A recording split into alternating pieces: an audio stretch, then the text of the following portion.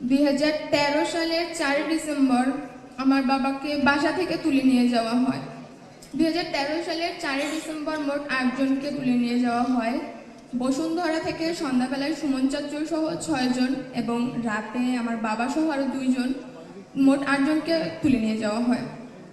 13 বছর হয়ে গেছে, আমি আমার বাবাকে দেখি না। বাবা কি জিনিস আমি বুঝি না।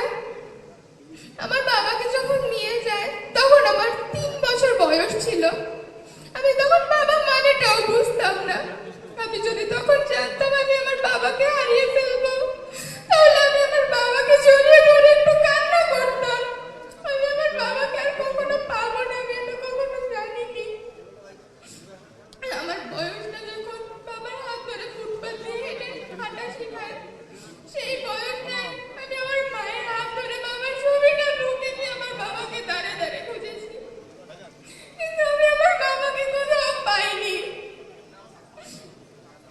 আমি আমার বাবাকে ফেরত চাই, আমি আমার বাবার হাতটা একটু ধরতে চাই। আমাকে আমার বাবার হাতটা ধরার সুযোগ করে দেওয়া হোক।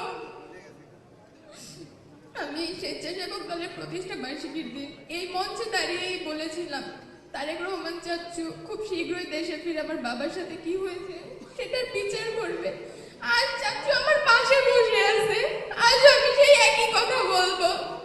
আমার বাবা সহ আমার সকল চাচ্চুদের সাথে কি করা হয়েছে, তাদের কি অপরাধ ছিল সেটা খুঁজে বের করবে এবং কারা তাদের সাথে এরকম অন্যায় করেছে তাদেরকে এই বাংলার মাটিতে উপযুক্ত শাস্তি দিবে।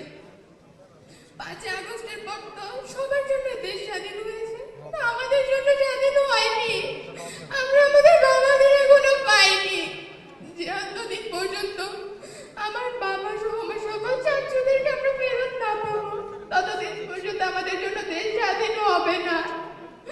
আমরা এই স্বাধীন দেশে হাঁটতে পারবো না, ততদিন পর্যন্ত বলবো না আমরা স্বাধীন, কারণ আমরা আমার বাবাদেরকে পাইনি, আমরা তাদের হাতটা ধরতে পারিনি।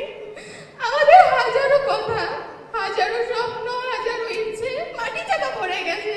বাবাকে নিয়ে হাজারো কথা ছিল যা বাবাকে বলা হয়নি, সুযোগ পাইনি বাবাকে বলার। বাবাকে যখন এই কথাগুলো বলবো, বাবা তো তখন থেকেই নাই, কাকে বলবো কথাগুলো? বাবার বটগাছের ছায়াটা আমাদের মাথার উপর নাই। আমি আশা করব তারেক রহমান চাচ্চু এই সেই বটগাছের ছায়াটা হয়ে আমাদের পাশে থাকবে। Next level, well done, side by side, free.